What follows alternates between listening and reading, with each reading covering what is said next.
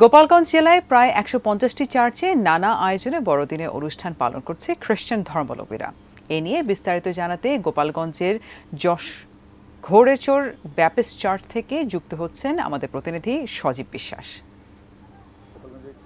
বড় চার্চে Baptist church আপনি দেখতে পাচ্ছেন যে গোপালগঞ্জে কিন্তু প্রায় ১৫০টি চার্চে কিন্তু এই আজকে বড়দিনের যে অনুষ্ঠান সেই অনুষ্ঠান কিন্তু অনুষ্ঠিত হচ্ছে। সকাল থেকেই কিন্তু উৎসবমুখর পরিবেশে প্রতিটি চার্চ কিন্তু সেজেছে নতুন রূপে, বিভিন্ন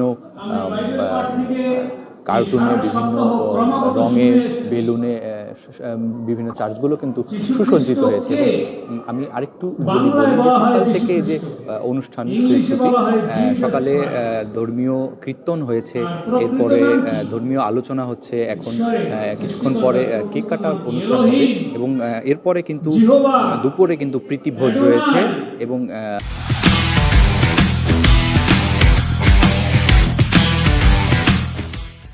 সারা দিনব্যাপী কিন্তু বাচ্চাদের যে ক্রীড়া প্রতিযোগিতা, সাংস্কৃতিক অনুষ্ঠান, নানান ধরনের প্রোগ্রাম কিন্তু রয়েছে। এবং আমি আরেকটু বলে রাখি যে এই যীশু খ্রিস্টের জন্মদিন তথা বড়দিন উপলক্ষে কিন্তু জেলার বিভিন্ন জায়গায় কিন্তু পুলিশ, র্যাব টহল দিচ্ছে এবং আইন শৃঙ্খলা বাহিনীর পক্ষ থেকে জানানো হয়েছে যে এখন পর্যন্ত কোথাও কোনো নাশকতা বা এরকম কোনো ঘটনা ঘটেনি। তবে পুলিশ এবং র্যাব কয়েকটি চার্চেই কিন্তু অবস্থান করছেন এবং এই উৎসবমুখর পরিবেশকে যাতে কেউ নষ্ট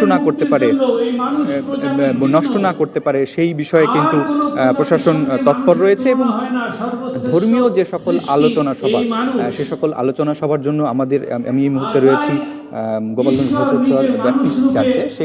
সেখানে কিন্তু এখন আলোচনা করছেন গোপালগঞ্জের যে চার্চের যিনি